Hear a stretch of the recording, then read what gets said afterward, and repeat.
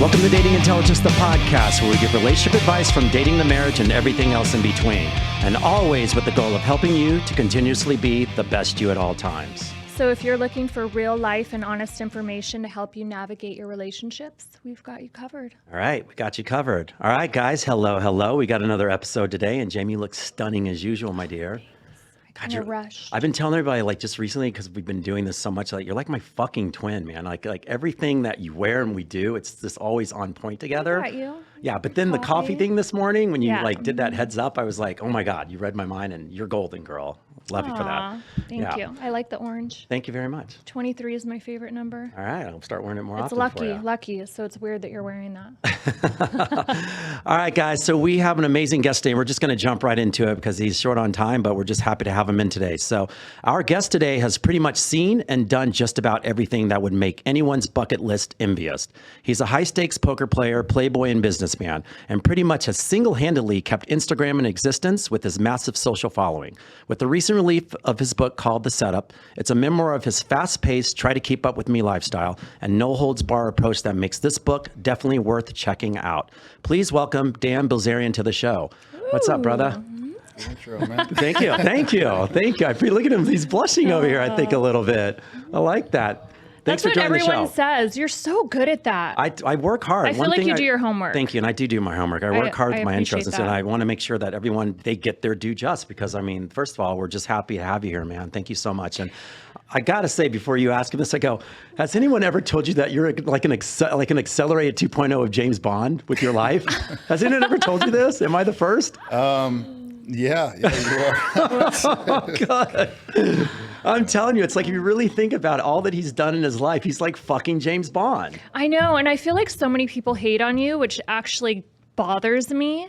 And now I've like found myself like standing up for you. Love Yeah, that. I mean, I don't know. I feel like I was guilty of it too. I mean, it's really easy to judge people by like what they, put off on the internet. And then so many times I've met people that I thought looked really cool on the internet and then they weren't, or people that I thought I would hate and then I liked them. So yeah, I've learned that lesson myself. So it'd be kind of hypocritical to like judge people for not liking me when I've done the same thing. You know? Yeah. Right. Yeah. So we were talking about, well, first of all, I just want to say you have amazing hair. Yeah. Let me I check know. out his hair. Like right when you walked in, I was like, ooh, can I touch it? And because I'm never going to get that hair again. So I'm just envious of the beard, because my beard only grows like so much. And I'm always envious of like the long beard. Yeah. I've always wanted one of those. So like, I have a tendency of this. I don't know if you've watched our show at all, but sometimes I'm like sidetrack and I squirrel. So really quick, do you have a hairstylist here? And do they come to your house? Yes and yes. Okay. He also doubles as my mushroom dealer. I love this guy. All right. Okay, well, aside from getting the haircut, I want the other part of that deal. So, because I don't think I need any more And haircuts. I've never done them. So You're Really? missing Why out. not? I've never done a drug in my life. I'm Like- kind of a weirdo. Like no prescribed drugs, or just like no drugs, period? Or I mean, no I had my illegal daughter drugs? natural, like no drugs. My dad's a total fucking hippie. Grew up super poor, so we couldn't afford like any type of antibiotics, anything like that. So, Which is why the natural herb should have been perfect for you. so yeah, I've always done like natural herbs. Like if I had ear infection, cut an onion in half. The onion would be on my ear. I'd go to school. Kids would tease me and be like, "Dude, why do you stink like onion?" I'm like, "Cause I have an ear infection." So where do you draw the line? So- Like is CBD a drug? Like is weed a No, drug? so Or I does it come have, from the earth? yeah, so I think my dad has smoked weed since the day I was born. So I thought it was normal, like growing up, because whatever you're raised around, you just think that everyone's parents do that. So like back in the day, of course, the weed's not legal. So I remember going to my friend's house and their parents would be like smoking and I'd be like, my dad's cigarettes smell different than yours. And they'd be like, well, what do you mean? I'm like, well, they just smell different and he makes his own. So then they're like, well, you're not hanging out with her anymore.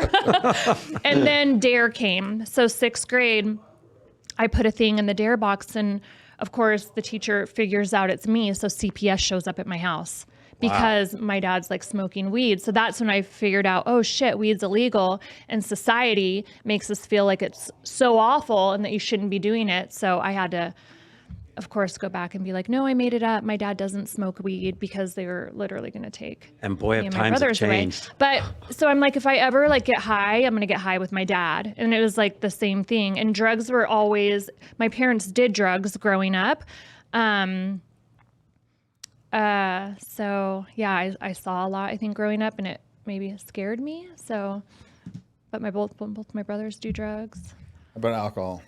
No, I don't drink. You do nothing. This one's clean. She's really clean. Yeah. Wow, okay. I mean, I've No. like tried, like, so if someone's drinking, I'll be like, oh, let me try. But yeah, I just don't like it. And I'm always like in control. And so, yeah, I'm always like the designated driver. I take care of everyone. Interesting. Yeah, I'm a big control freak. I think that's why I like mushrooms, because it like forces me to let go. Right. Okay. How is your turn on them though? I always say that shrooms, and this is all my friends who are listening will laugh their ass off, because I like them at the beginning, but they have a turn and I get really evil on them at the end of it. So how is your spin on it? It's What like, do you mean you get evil? so like, because You're for me, such a nice I know, guy. and that's the thing. So when I'm on them, I'm like in the best mood. All of a sudden I'll look at someone like, God damn, that's an ugly person. Or like, your clothes look like shit. And I just go off on the rails and I become this mean person. I'm like, did I just say that? Because I'm such an upper. So my favorites are all the uppers. So for the downers that kind of mellow me out, it's just a thing where I'm like, oh, it makes me really freaked out a little bit. So it hits me a little bit differently. That's interesting. Yeah. For me, I come up and like, I got a lot of energy. So I Okay. have to do something like hike or surf or whatever to like burn it off. And then towards the end, I feel like super mellow. So Wow. that's interesting that like Yeah. towards the end, you're...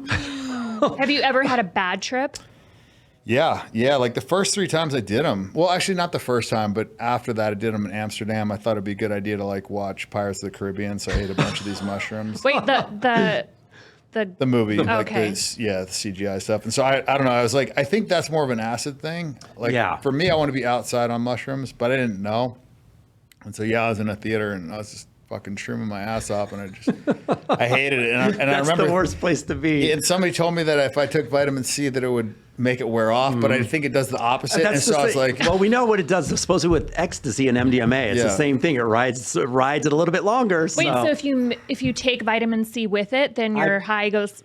yeah. So I mean, you can actually cook mushrooms in lemon juice. It's called lemon teching, and it makes it, hit you, I guess, faster or whatever. Anyway, so I was eating these fucking vitamin C Mentos, or I don't know what the fuck it was, but I think it made it worse. But I think the biggest thing was I wanted to stop and I didn't have control over it.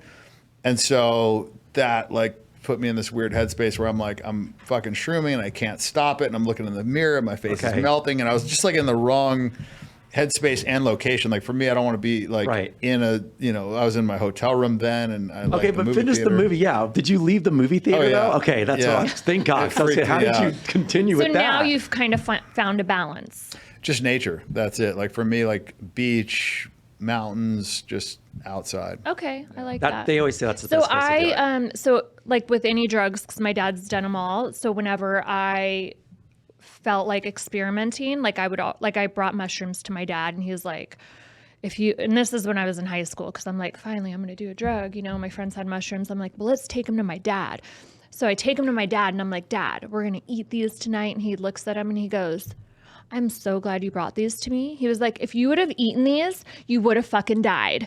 And I'm like, what? So I go back and tell my friends, I'm like, my dad saved our life. He said these are awful mushrooms. He wants to know where we got them. So it comes up Thanksgiving, like, years later, he's like, I fucking ate those mushrooms. I thought that was where that was going. Yeah. So recently, like, so this past holiday, I'm like, okay, Dad, I'm thinking about doing like the San Pedro or whatever, because my dad's Cactus, so he's been to Peru and done the journeys and all that, and he's like, well, what's your purpose and why are you doing it? And I'm like, well, I don't know, I just want to try it, or maybe like some microdosing. He's like, so he's all for like supporting it, but he feels like what is your purpose? What do you want to learn? So have you done anything like that?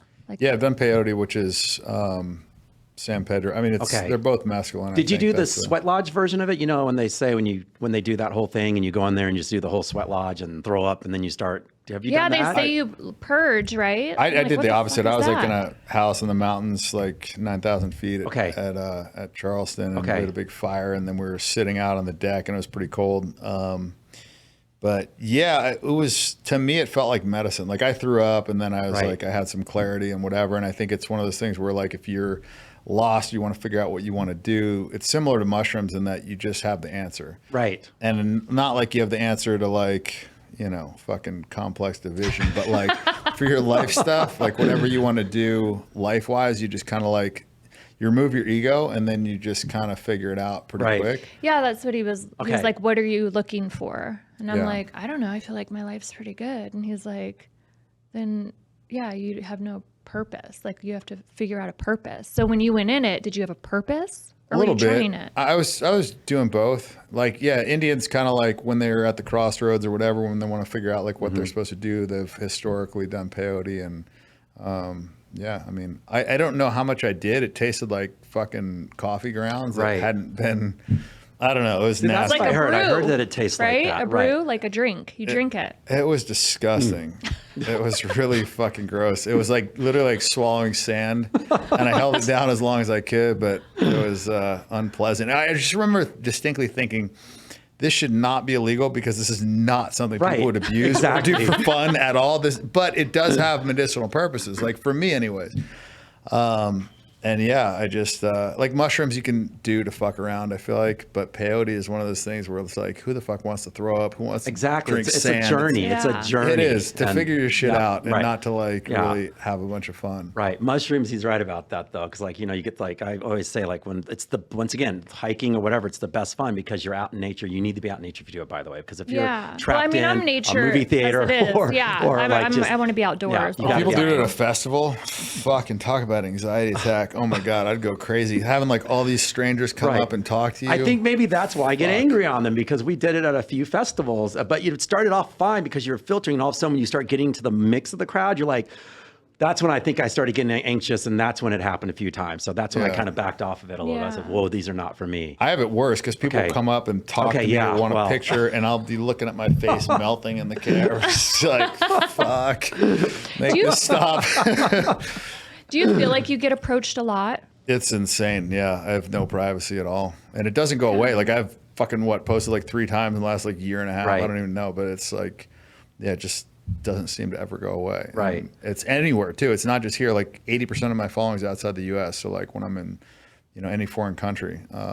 Other than actually Japan, nobody knows who the fuck I am over there. Right. It's like the one. So he's, like, I was like in the safe in middle Japan. of the. Yeah, I'm in the middle of the street. It felt like a Twilight Zone Okay. episode for me because it had been so crazy for like at the time like 7 years. And or the whatever. Japanese know everybody. That's the crazy part. They didn't know me. Yeah, Fuck. that's I really was like funny. standing in the center like Tokyo, and I'm like looking, and all these people were just walking by me, not saying anything. I was just like, wow, this is. He's at that 4-stop crosswalk, you know, that Yeah. major crosswalk. He's in the middle like, Yeah. hey, you're like, hey, wait, who's that? Yeah. Speaking of which, by the way, that's a very good question that he asked you, that she asked you.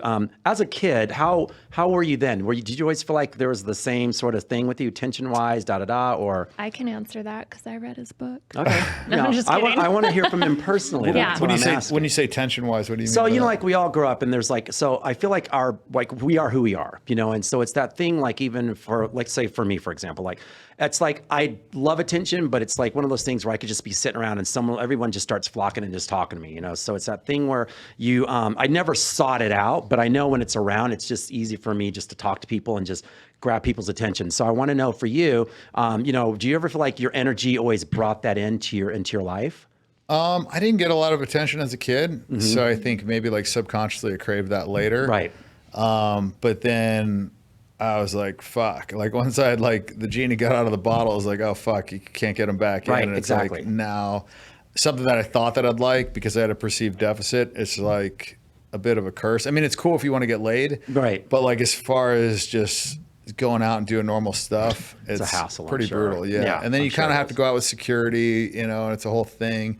Not that like people like talk shit or start fights, but like, you know, like I just got a fucking $1 million watch stolen off my wrist. Like, shit. yeah, crazy Wow. shit. So What? Wow. yeah, I didn't feel it. It was just like, Are you kidding me? no, dead serious. Dude, I always wonder how pickpockets. There's some good ones out there. It's unbelievable. Was I it cried. here? Where were you? I was at the Canelo fight, and I was like walking shit. through the thing, yeah, and I was like taking some pictures, whatever, and then just I looked down, it was fucking gone. I was like, God damn it! And like I knew it too. Like I knew that people could do this shit. I'd seen them, like magicians. They'll literally be like having a conversation like you and me, take the watch and like, you'll be like, what the f-? I mean, I've seen it happen with people bumping, and that's a lot easier. Like they'll bump you and their friend will pick your pocket. But like people that are good, they'll literally be standing in front of you talking. I saw a guy take a girl's bra off with her shirt on. She didn't even know. Yeah, I was telling you, it's crazy. Like the sleight of hand stuff. Yeah, it's like really just like they figure out how to distract you and then do it in such a way, or maybe they touch a pressure point where you don't feel this. I don't fucking know, but holy shit. That's amazing. Yeah. I mean, I'm not condoning any of this, everyone, but that's fucking amazing. So I just feel like if someone touches me, like I'm going to know. You would think. Yeah, you would think. You would think, but they'll take a watch that's like clasped on your wrist and just, you won't even know. Or a ring. Like somebody would be like, there's no way somebody could take my wedding ring without me feeling it.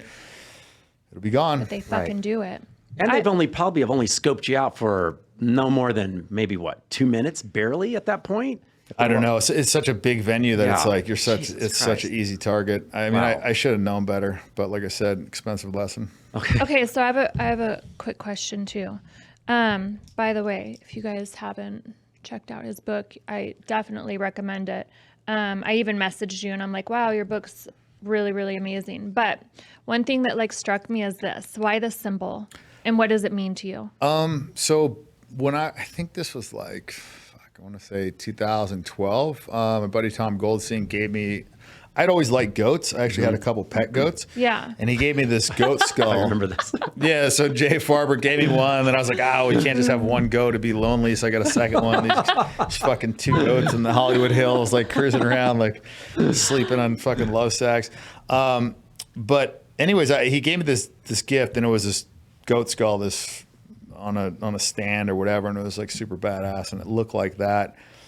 And I don't know, I just always kind of figured that like I would want to use the fame for something or brand something, so I just felt like it'd be good to have a logo, and it resonated with me, and people thought it was because, like greatest of all time, but it really wasn't that. I just like goats, and I was like fascinated by these little motherfuckers, how they could be like climbing up the side of it. I fucking love goats. I bought my dad one for his birthday. Yeah, there you go. And also like people don't usually like them. It's kind of like an animal. It's like a little bit of an outcast. And I remember I was like, my buddy got rammed by a goat in Afghanistan, and I was like, I don't know. They just always seem cool. Yeah. Funny as shit. So, okay, wait. So it's not satanic or anything like that. No. Because I bought, same thing. It was like a stand with a goat head, and it had like succulents on it. So I was like drawn to it. I'm like, oh, this is so cool. I brought it home and put it by my bed, and I'm FaceTiming with one of the guys that I was seeing at the time. He's like, why do you have like a satanic fixture by your bed? I'm like, what are you talking about? It's not satanic. And then he Googles it and sends it to me, and I'm like, oh my God. So I had to put it outside because I'm like, no bad energy, nothing in here. I'm not afraid of much in life. Like, can't fucking scare me, but I'm fucking afraid of like spirits and shit like that I can't fucking see. Right. So I always want to like keep my space like cleansed and clear and positive. Yeah, I don't really like believe in like the traditional devil and like white-haired God or whatever. It's to me, it's more like positive and negative energy, and I think like those things are kind of like symbolic of like positive and negative energy, and I think that's kind of like what the universe is made up of. And so I have a little bit of a different view on it. But yeah, I think like some people that are like traditionally religious probably think that there's like a red horned devil running around. But I mean, but it's funny I like though, that he said a white haired Jesus. No, white-haired God, because that's always how you see him with like the glowing, I saw a Black Santa the other day, by the way. I was thrilled, by the way. I literally had to stop my car, and I started clapping. I was like, I was even a Black Santa. I mean, he had a white beard, though, because they always have the white beard no matter what, though. But I was like, damn, this is awesome. So I had to pull over and start clapping for the guy. So it was amazing. Yeah. So I want to ask you, so we're going to talk about, so we have Dan Bilzerian on the show today, and thank you so much for being here. We're going to get into a couple of things, and Jamie, you can keep asking your questions, but I want to, because I know you're going to go off the rails somewhere. But how was your holidays? Good holiday? Good, yeah. All right. Now, house decorator or not? Yeah, I got a big, I don't even know, I think it's like 20-foot tree. Okay. It took 16 of those motherfuckers to get it in, and yeah, it was a whole thing, but it was cool. Yeah, do you pick it out? I didn't. It just kind of showed up one day, Nice. and I was pretty stoked with it. I think they have like 5 trees in my house. That's great, because I went into her house and I was like, once again, don't judge a book by its cover, people. This one is a Christmasaholic. I mean, she has like the little like the little town and all those little tchotchke thingies. And I'm saying in My a good village. way. Yeah, the village. I mean, I think when you have kids too, it's like easier to get into it. My And it's like kids are for the grown, kids. though. yeah, I was So- Wait, how old are your kids? They're in their 20s. Wait, well, what? 19. My youngest is 19. You would never think that, would and you? then Ever, Yeah, no right? shit. 21. So yeah, my friends are Wait, always so you're confused. my age? Yeah, we're like the same age. That's why I was saying a lot of the stuff that I read in your book, I can completely like relate to. Okay. Yeah. All right, people, you've seen it. We've just shocked Dan on the show, so this is good. It's good. Yeah. I thought she had some little like 3. I know when you said the Nay. kid thing, I started giggling, going, I go, her kids are old enough to not do what she's doing, but it's Yeah. still freaking great They're that like, you do it though. Why are you still decorating Yeah. when your kids don't even live here? And I'm like, dude, it's fucking Christmas. She They're had it coming totally. home. It looked amazing though. It did look So, great. And she goes, yeah, "Yeah, I have one in college in Utah, and so all her gifts are still under the tree, and they're like, "Are those fake presents?" I'm like, "No, my kid hasn't fucking come home from school yet, so Yeah. Christmas is waiting." Right. But She did it. Did it up though. So I love Christmas. I mean, yeah, that's another I'm not a fan of any like society-based holidays because I feel like it puts a lot of pressure on people. And I don't like getting gifts because it makes me feel uncomfortable. But yeah, we talked about that a little bit yesterday. You missed that combo. Like Valentine's Day, it's fucking weird. Like buy me a gift randomly, not because you feel like you need to, because it's a day. yeah. I'm with you on that, and I don't really like to celebrate birthdays and all that stuff. I'm the same and, way. Yeah, I feel like it's much better to just give because you want to give and Yeah. not out of obligation. Thank so I you. definitely resonate with that point Yeah. for sure. Because like, yeah, when these holidays come up, it's almost like it's expected to do this, and then you got to buy this because this person's buying you this, and it's almost like. Or then someone gets you something, you didn't get them anything, Yeah. and then I fucking feel bad, and I'm like, fuck, I just Right. wish this day would be Or they over. one up you with their gifts. You're just like, dude, you know. Like my yeah. birthday, I won't even go on social media because you repost one, and then they're like, well, I tagged you. Why didn't you repost me? And I'm just like, fuck this. I This just is like wanna the first wake year up. I did that. I actually like reposted people's things. I guess because I just hadn't posted in a while, and like anytime. But then it keeps going for days. I know, and Oh, then, yeah. it's like, where do you cut it off? So then you just have to like stop even looking at the stories. And just, yeah, it was a lot. I think I posted, like 40 reposts or something. That's really Yeah. hilarious. That's crazy. Okay, I have a fun question for you now. This is something we've been asking. It's a new. I think it's going to be a new thing. A piece of ice you're getting out of the freezer. It falls Oh on the my ground. God. Do you kick it or do you pick it up? Oh, I'd pick it up. Yes. All right. So explain why. So this is one of her squirrel moments. She goes, okay, so Chris, and I go, We're in the middle of a conversation. This just popped in my head randomly. And he's like, I was like, wait, really quick question. He was like, what? And I'm like, you're getting like a cup of water and you're putting ice in your cup and an ice cube falls on the floor. Like, do you kick it under the fridge or do you pick it up? I pick it up. But now I figured out if I I'm at say it someone depends. else's house. See, I or, thought like- I thought there was like some hidden meaning. Like if No, you're the no, guy well- that picks it up, it means No, it this. does. I thought you were So going I was that going to ask you. direction. So if it does, that means. So are you somewhat? I'm trying to make. I'm trying to see if this is actually a real thing. Like, are you a little bit of a neat freak then? A little bit. A little bit, Okay, yeah. Like, yeah. yeah. I guess, yeah. I mean, And this is I what feel I like want you to know are. because it By feels looking like, at you, I Yeah. would say that you're very put together. Like you don't want like shit's not rolling around in your car when you turn the corner. Right. yeah, no, but that's kind of a function of staff too, though. You know, Okay. like I got 3 assistants and maids and all this shit, so I don't do it. But it is like you come to my house and everything's obviously Okay. like sorted. But Right. it's not because I was like I haven't made my bed since like 1999, or maybe like 03. I don't know. Military is probably the last. But you're picking up your ice, Dan, so that still tells you about something. Yeah, Because, I mean, you're yeah. not going to ring a bell and say, "Hey, Yeah. dropped a cube," And kick it come get away. it. No, but I could see an argument for kicking it too. Right, Because it's okay. water, it's going to evaporate. Right. That's don't what know. I say. I'm like most of the time I'll pick it up, but then I'm like, what's the big deal? It's not going to do anything or be anywhere. So I'll be like, eh. someone Yeah. was as bold to go, but then it would go into the fridge and get moldy and blah, blah, Mold, blah. and Oh, I'm like, you oh, really God. are like a neat, uncontrolled freak. So I'm trying to see if it holds true to form. Jamie, do you ever have one of those days when you're feeling stressed, anxious, or just a little off? Whether it's created by finances or just the workday or just, quite frankly, anything in your relationship. Yeah, sometimes we have symptoms and we don't even realize, like, for example, I can't sleep. Right. Overeating. I mean, Well, I mean, I get moody. When I get in those moods, I get really moody. And I know that I just don't want to talk to anybody or do anything, but I know that I need to talk to someone. So there's this site called BetterHelp.com. And at BetterHelp.com, it's a customized online therapy that offers videos, phones, and even live chat that you can speak with someone. Or if you don't want to have them on video, you can just turn the video off at the same time. But for all of our listeners now, we'll give you, it's an affordable in-person therapy. I think that's so amazing. So literally you just call in and set your appointment. Right. And for all of our listeners out there, we'll give you 10% off for the first month if you sign up right now. And all you have to do is go to betterhelp.com/dateintel. That's once again, BETTERHELP.com/dateintel. DATEINTEL.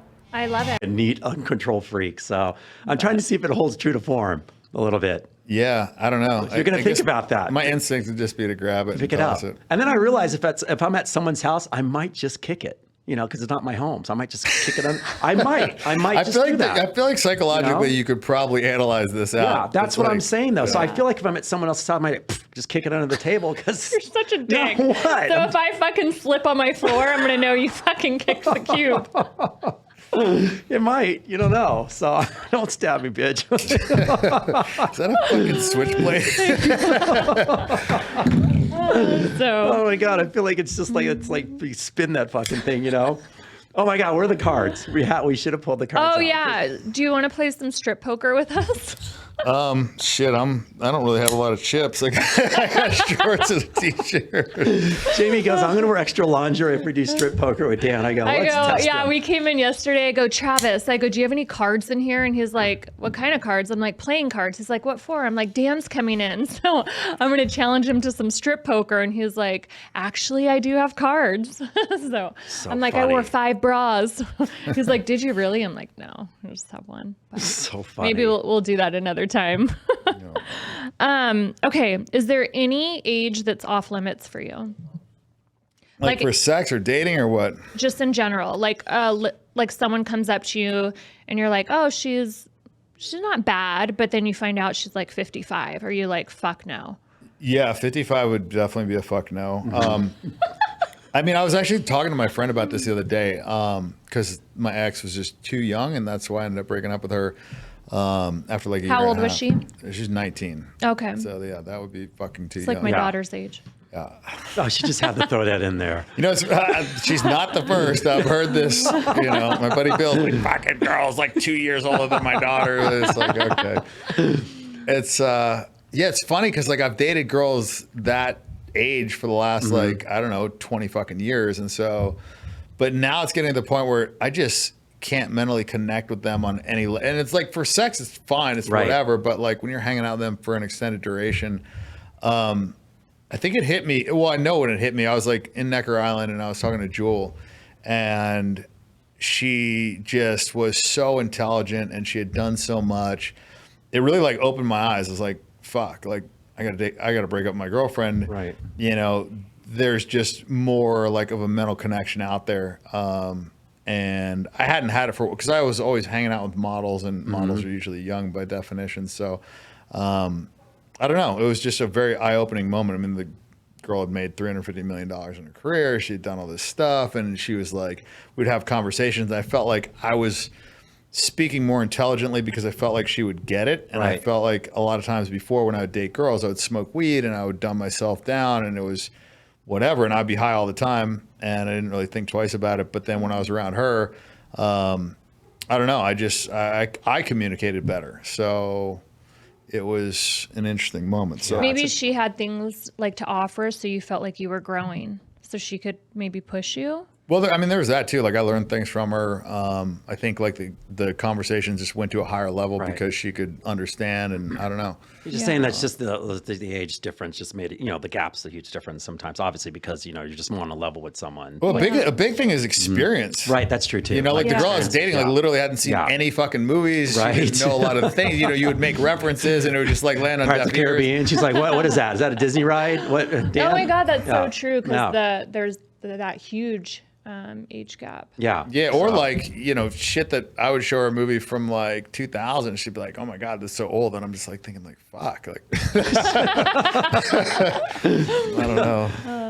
Ruining the moment on that one. Ruin the moment. Okay, so 55 is a no-go. Yeah, 55 would definitely be a no-go. I mean, like I said, I literally had this conversation with my friend the other day. I think like the optimal age range would probably be from like 27 to like 32 maybe.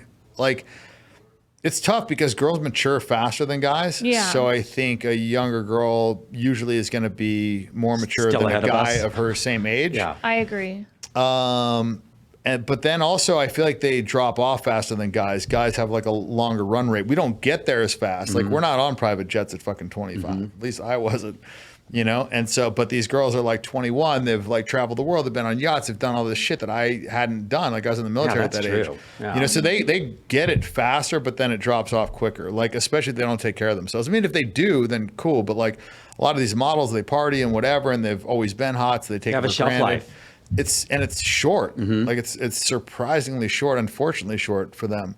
And nobody wants to be on like the decline either. That's kind of like, that's the fucking worst of it too. So yeah, I don't envy them. I mean, it's good to get it young, but then at the same time, like they also set that bar up here, and then it's like a lot of things. I mean, I talk about it in the book, like when you're like climbing the mountain, it's much more satisfying than like even being on top of the mountain. Even though the top is higher, you know, you're like making forward progress when you're going up. And so, yeah, I guess like Nothing else to look forward to up there, you know? It's just like you've done it. It's like, okay, now I got to find something higher. Yeah, and like I said, when you set that bar really high, then a lot of other things that like otherwise would have made you happy are kind of letdowns. Right. You know, because you're used to like this. Yeah. Then anything below, like, I mean, for instance, I gave this example, I think on Rogan, where like if my dad were to give me Mustang Cobra when I was 16, that would have been like put me at a 10. That was like my dream car. But if he would have given me a Ferrari, like I would have also been at a 10. Yeah. You know, but then you flash forward, you know, 5-6 years, I graduate college, and he gives me a BMW M6. Like if I had the Mustang, I'd be back at a 10. But if I had the Ferrari first, then I'd be like kind of like lower. That's true. And it's the same car. I'm the same person, and the same, like nothing's, the only difference is my perspective because I got something previous. Right. So it's like you see this, you know, and it's like why you don't spoil your kids, because you put that fucking bar up I there was and just then they about can to just say that. only Yeah, go because down. with kids especially, you said it exactly. It's like if you start too early, then they're like, what else can they expect at that point? Everything else is pretty much a letdown, Yeah. you know? So I get that. And I think that's with hot girls, right? Like they live this crazy lifestyle, and like all these people are giving them attention and, you know, treating them. I mean, really, I think being a celebrity and being a hot girl is very similar in the way that like you have forced interactions. Like people come up to you when you don't want them to come up to you. And you know, anytime you go to like a, you know, large venue or whatever, you just know that it's going to happen. Like guys are going to hit on a hot girl. People are going to come up to somebody, you know, Right. well-known, whatever. Right. And so it's a similar thing. And there's some good, like doors open, opportunities present themselves, whatever.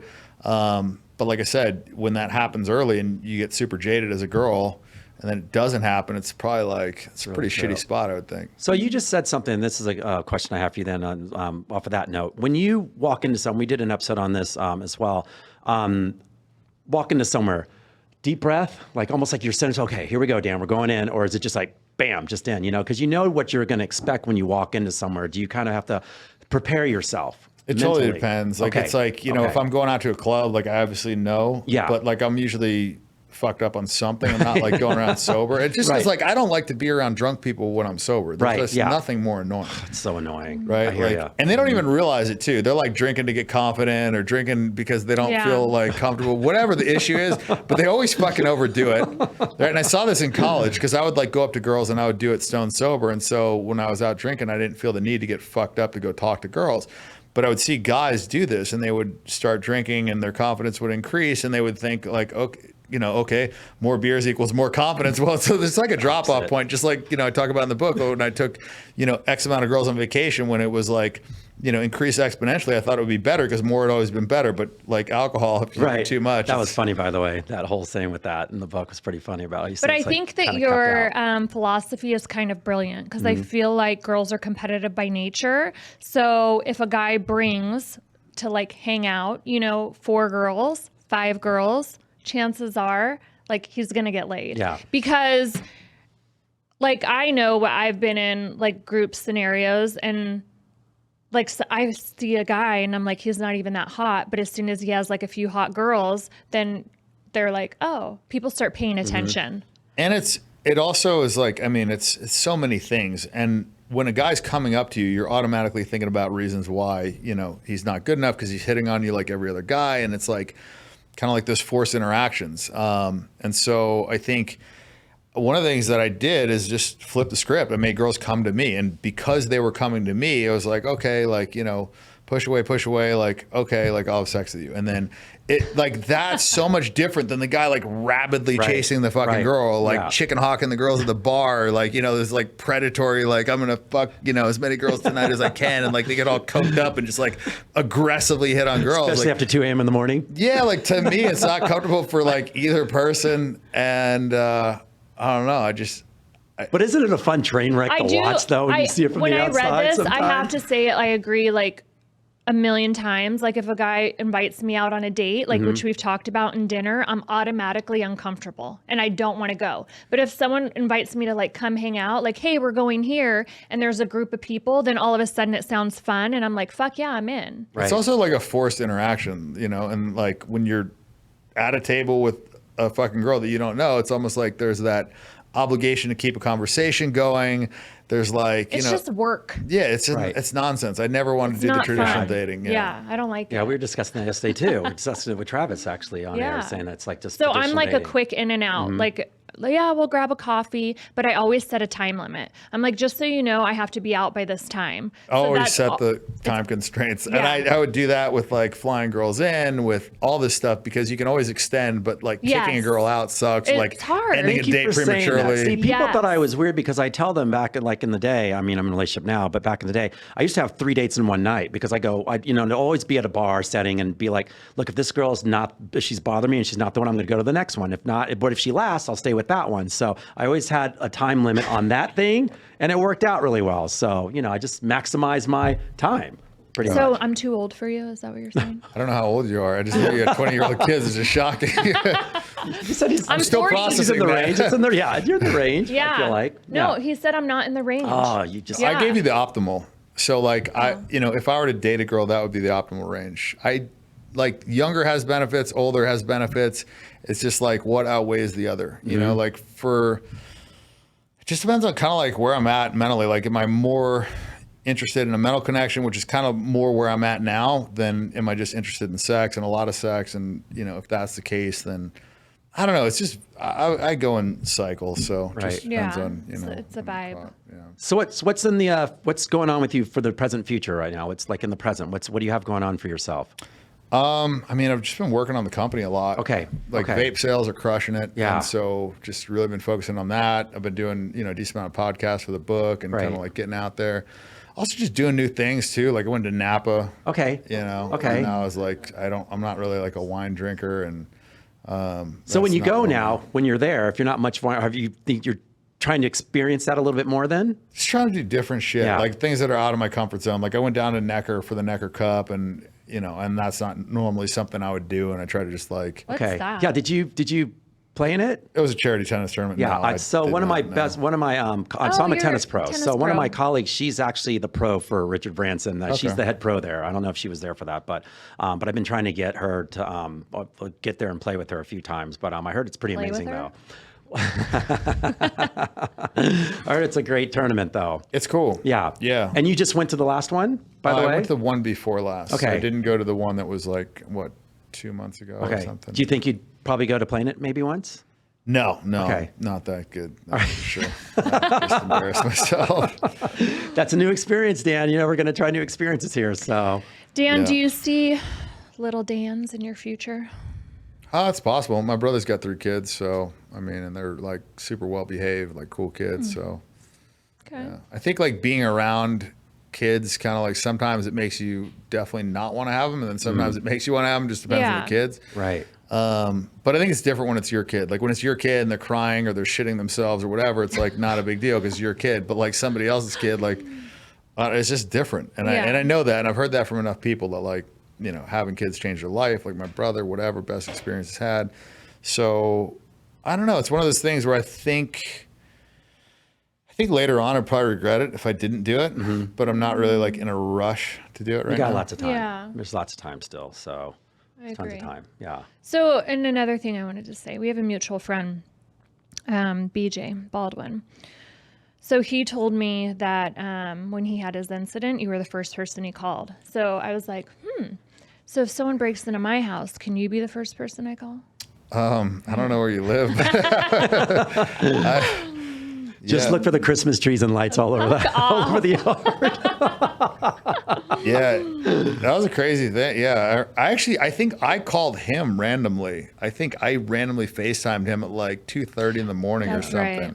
And I was cooking soup or something. And he's just like, what's up, motherfucker? And he's like, why are you calling me? I'm like, That's right. I'm like, I don't know. I'm fucking bored. What the fuck are you doing? I'm like, I figured you'd be fucking up. You don't ever sleep. That's so funny. And he's like, but that's the only reason you're calling me? I was like, yeah, dude, what the fuck's going on? And What'd he's you like, do? He's like, I don't know. You know, it's like, got a little squirrely. And I'm like, motherfucker, spit it out. Like, come on, we've been through some shit. Like, don't even start with this nonsense.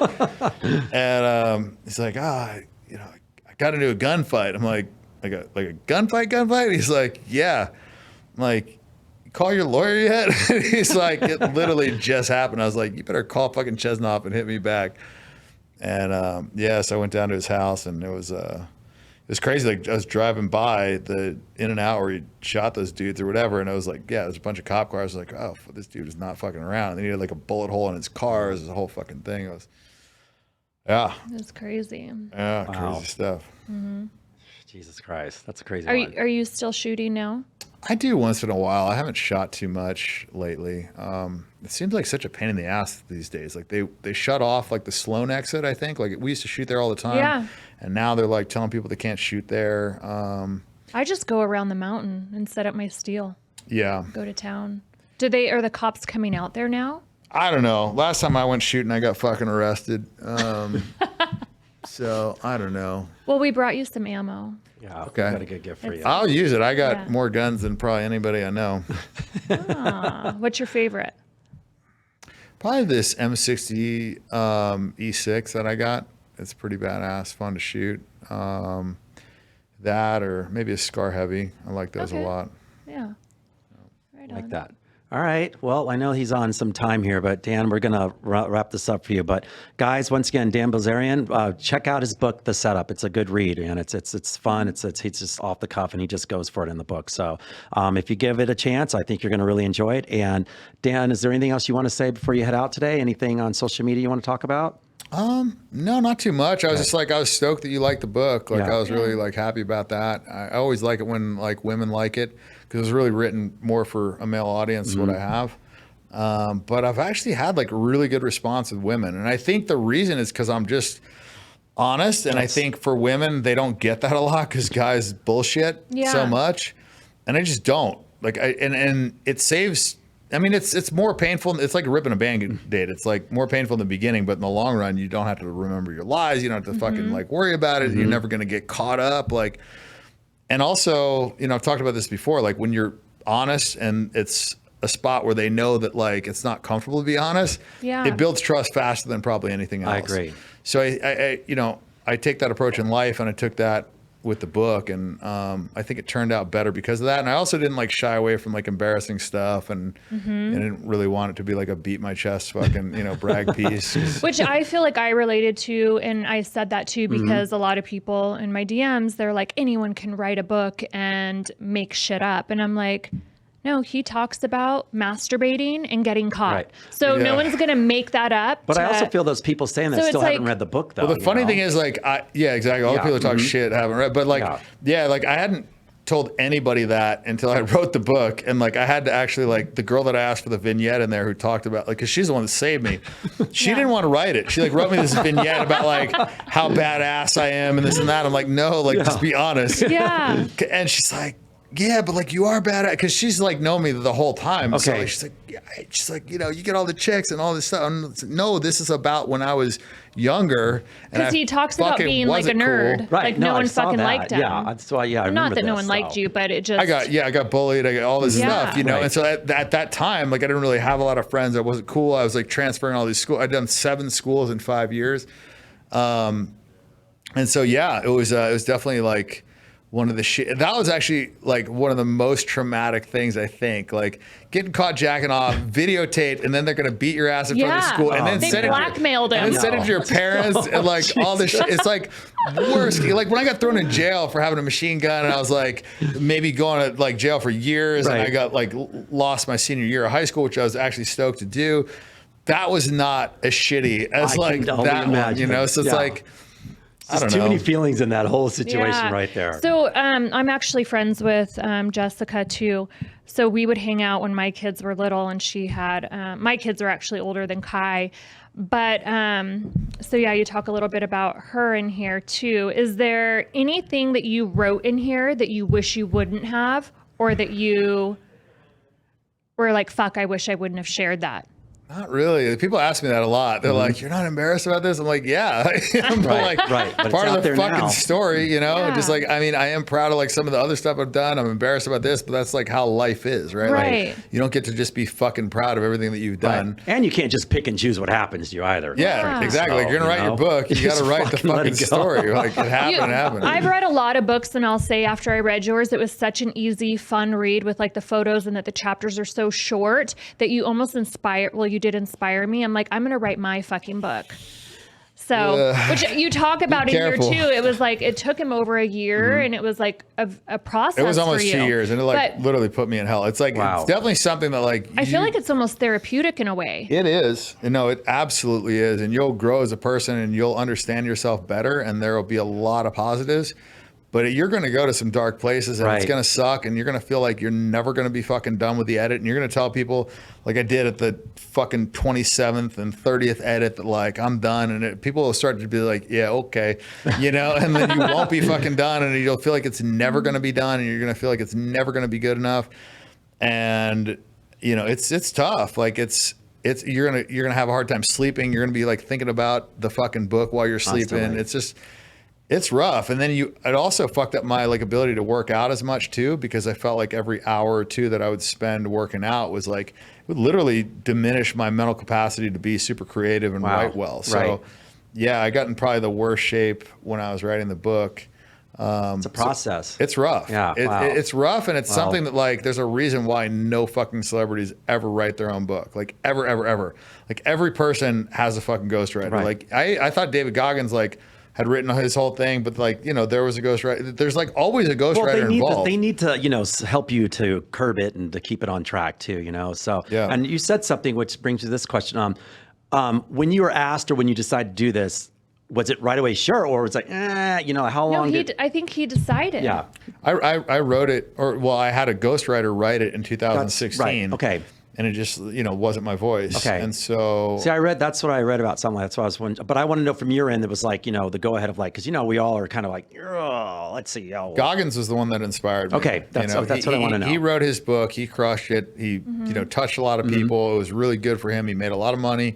And that was kind of like his rise. I've been following him since like 2007. I mean, I met him at a fucking Ferrari dealership when we were both window shopping.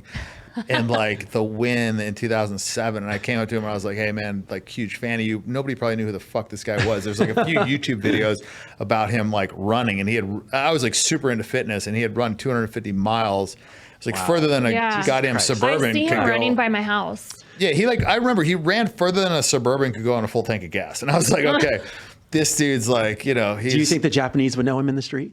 No, I don't think so. Yeah, he'd probably get attention, like a blonde or black guy, either one. Like in Japan, it's like, that's what always is this? The case, right? It's always a blonde or blonde black chicks guy. crush the modeling, and then the black guy's like, who is? Because my best friend's black, and he's like, we're in Japan together. Yeah, and he got more attention than I did. That's the thing. So something that you're proud of.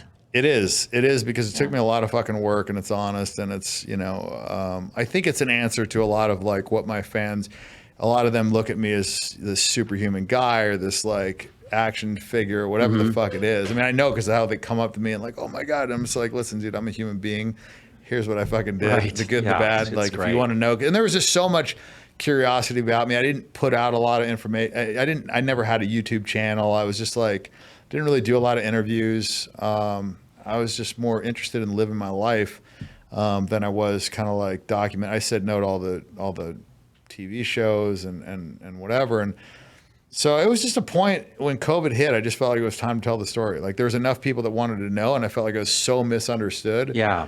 That I just kind of wanted to just, let people know where I started, where I ended up, and how I got there. Well, that's why I'm glad you're here today, and thank you for being here, because I just, like I said, I wanted the audience to know, like, I just want to just get Dan, like we'll ask a couple questions, but I just want to get Dan. And the mushroom start of this was the best start of this whole thing, and just go from there. So, but we're great to have you. And any last questions from you want to ask? I mean, I could go on for a long time, but I want to be respectable. Yeah. Oh, and by the way, you can write a book, but just make sure you start with Christmas first, and then Christmas book first, and go from there. Oh, no Christmas books. She could actually write a pretty good book. She's got pretty good stuff going on. I just want to thank you for your time and hanging out with us. And we really appreciate it. We know you're busy. So yeah, no worries. Thank you for reading the book. And give me the feedback. Like I said, I always like it from the females, because or anybody that's not in my like target demo. Like I had this like super liberal woman that she was like running a hedge fund or something, and she was attractive, and she's a little bit older, and she loved the book, and I was like, okay. That's when I knew. I was like, okay, it's done. Like it's hitting demographics that are way outside the wheelhouse. Well, and my daughter is like, why do you have that? And that was like a perfect opportunity for me to be like, oh, well, do you know who that is? And what do you think? And it's so funny, the perception that people have of you. It's the same stock answer. So I said, oh, before you listen to everyone else, I said, maybe you should pick it up and read it. And guess what? She fucking read it. She picked it up. It was in her room. And I was like, huh. And then my other daughter saw he sent me some fucking Ignite. Okay. What the fuck do you call them? The vapes? The vapes, yeah. And she goes, Mom, why do you have these? I was like, oh, Dan sent them. And she's like, what? And she goes, can I take a few? I'm like, are you going to smoke them? She's like, no, I'm going to sell them in Utah. Everyone loves these. So I had to laugh, and I'm like, fine. Little entrepreneur. Little hustler. That's so funny. That's so funny. So, she goes, Aaliyah said that she read the book. I was like, oh, do you want to read the book too? And she's like, yeah, I want to look at it. So I was like, all right, cool. So that's like a younger generation that, they have their eyes on you too. So no, I think it's good. I think it also gives people, like you said, an example of somebody that's very like misunderstood. And I really think I am. And a part of it is obviously like my fault, because I put this like 10% highlight reel of like the craziest time of my life out there for like 10 years, and it was for a purpose. I think that I've probably caused a decent amount of misconceptions, like the trust fund thing. Like everybody thinks that I had this big trust fund and I didn't make money in poker, but I kind of created that because I never really like argued it. In fact, I think the first time I ever even like said that I had made my money from poker was on Joe Rogan, and I was like, at the time, I was like, do I want to say this? Like, because like it had gotten me so much fucking money and so much access into these games that I was like, I was okay with it. And I didn't care if people thought that I was an idiot. In fact, the dumber they thought that I was, the more games I would get into, and the more people want to gamble big money with me. So it's kind of like when you're gambling, you want people to think you're the fucking idiot, right? Because like if they're not the sucker, you're it, right? Someone's gotta be the sucker. When I was reading it, I wanted to message him and be like, hey, Dan, do you think we can like go into business? Like I'm going to start playing poker. That would be, you never know. You should. Here's the thing. You just have to find somebody worse than you. Like, you don't have to be the best. And this is a concept that these idiot motherfuckers that play online can never get through their thick skulls, is that it's not about how good you are. It's about how bad your opponent is. And it's also about like how they perceive you and getting them to play terrible against you. That's the biggest part of poker. That's how you make the money. And making the money was the only fucking reason I played poker. Like I didn't play it for an ego thing. It wasn't so I could show people bracelets or brag about like my poker prowess. No, I want to make a lot of fucking money, and I wanted to have freedom, and I want to be able to do whatever the fuck I wanted to do. And that was my path to get there. I saw it. I saw an opportunity. It was like at the beginning, the infancy of when poker kind of like came about. And I was like, okay, this is my path. Kind of like I recognized crypto early on. I made a lot of money on fucking crypto. I mean, that's one of the things I feel like I'm pretty good at, is like seeing, something that is going to be successful early. Like the first Maxim magazine I ever read, I was like, people are going to like this.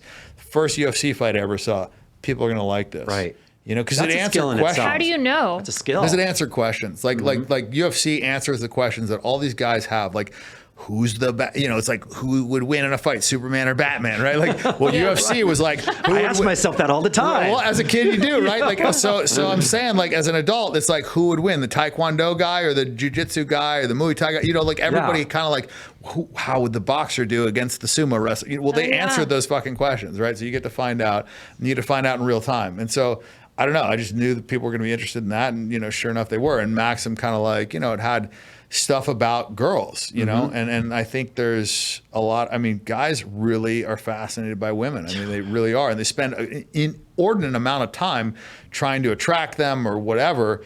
And so anything that can a lot of time. Yeah. I mean, I didn't realize before I came on this podcast, but that's kind of like what you guys specialize on. So Yeah. Wait, so you didn't watch, you had no idea what you were getting into? I just knew you read my book, you had a decent following, and that you liked my book, and that you spoke intelligently about it, and that was all I needed. Just like Michael Sartain, I knew I wasn't going to get anything out of that podcast, but he had read my book. I respected him, and we had a great conversation. Did I sell a lot of books? No, but I don't give a fuck. Like, it was about like having an intelligent dialogue, and so. I just, I don't know. My buddy Bill was like, yeah, you should take every podcast that's big. And, and I'm like, no, I'd rather do smaller podcasts of people that I'm going to talk intelligently with than just some big fucking audience that we're going to have, a nonsensical dialogue. I feel the same way. Like, I gravitate to the smaller companies because I almost want to grow with them and see them do well. Yeah, well, for me, it's just like I said, it's if they read the book, if they're going to be intelligent, we can have a good conversation. I'm willing to have it. So what do you see as far as like with your insight and foresight? Anything in the future that you're looking at right now that you might want to share? As far as like. Oh, as far as like early picks, quick stuff. Yeah. I mean, look, I'm not talking horses, Dan. No, I get you. I think crypto is going to win. Yeah. I mean, I've known that since like I said, when I got into it in 2012, 13. It just makes sense. It's one of those things where we need it. Like, we absolutely need it. Banks are a pain in the ass. I mean, we're printing fucking dollars. I mean, it's just. It makes total sense. Okay. I just invested a lot into a mining company, actually. A friend of ours, one of my really good friends, he's really good at the crypto world and knows a lot of the big players. And he literally, they opened up, or starting one, we actually opened up a plant in New York. And there's a few more in that area, the upstate New York, that we're actually opening up as well. And now that China's kind of folded with their stuff, there's a lot of the Chinese going to them with our business now, trying to, get their stuff into the mining over there as well. So do you think that's a good route to go?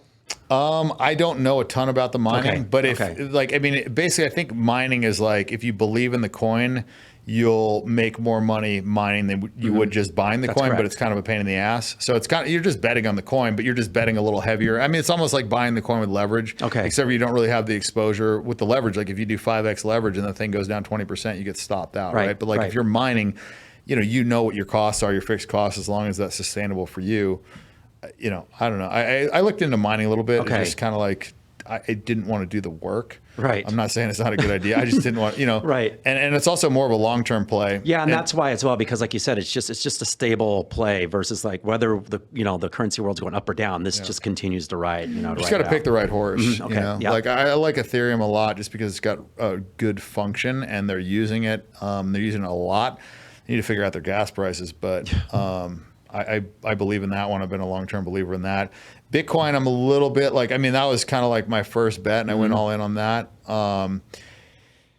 Once again, they got to figure out their gas prices. Like if Bitcoin isn't a functional currency, I don't necessarily believe in the idea that it's going to be a store of wealth. It could, like a lot of these things, it's like Ponzi scheme-ish with like, the new shit coins or whatever. But at the end of the day, if everybody keeps fucking piling in and supply outweighs demand, then the goddamn price is going to go up. It's not rocket science, right? So, can something win if the fundamentals aren't there? Yeah, if people keep buying it. Like, fucking Elon single-handedly made Dogecoin a success, right? So, like, a lot of this is hype. A lot of this is, people just following the fucking herd, which is and there's going to continue to be more of those in there as well as time goes on, too. So I have my money on Ethereum. Yeah, I'm with him and you on that for sure.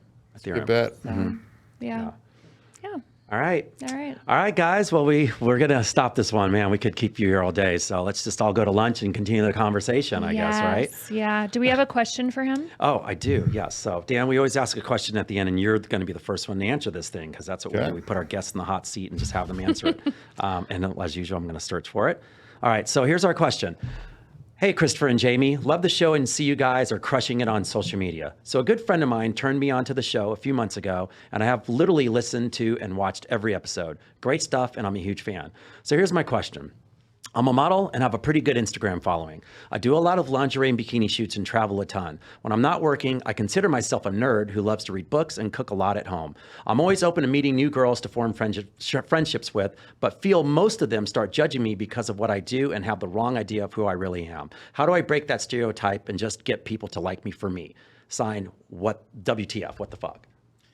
Make as much money as you possibly can in the shortest amount of time. OnlyFans, whatever you got to do, make the money, don't spend it, bank it, buy a business, and become a normal human being, because you're not going to be modeling forever. So it's like, make the money now, just like if you're doing bottle service, but don't be like one of these fucking bitches that makes 10 grand a month and then spends fucking 10 grand a month, because that doesn't do anything for you long term other than set the bar high and make it so that you have to then fucking make 10 grand a month. Like, live how you've been living, make more money, save it, bank it, buy a business, get a positive cash flow. Like, buy a business that brings in $200,000-$300,000 a year, and then you can live off that. Your business, you can grow value in your business, or you could, anytime you could sell the business. It's like, but then you have passive income. You can budget, live on that.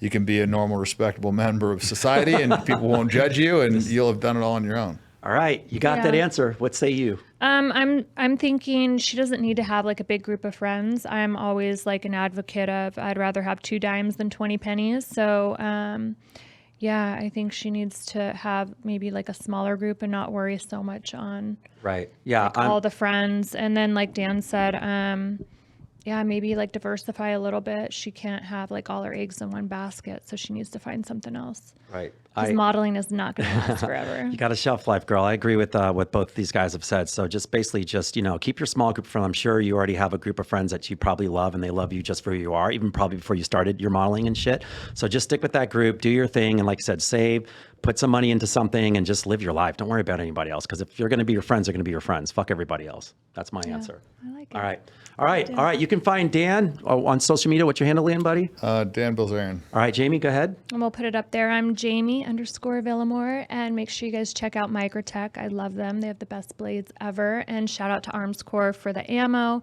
that we are giving to Dan. All right, and you can find me at Christopher at dating-intelligence.com and anything on social media with Dating Intelligence. All right, guys, this is another episode, and Dan, thank you so much for coming today, man. Appreciate it. Woo! We're out.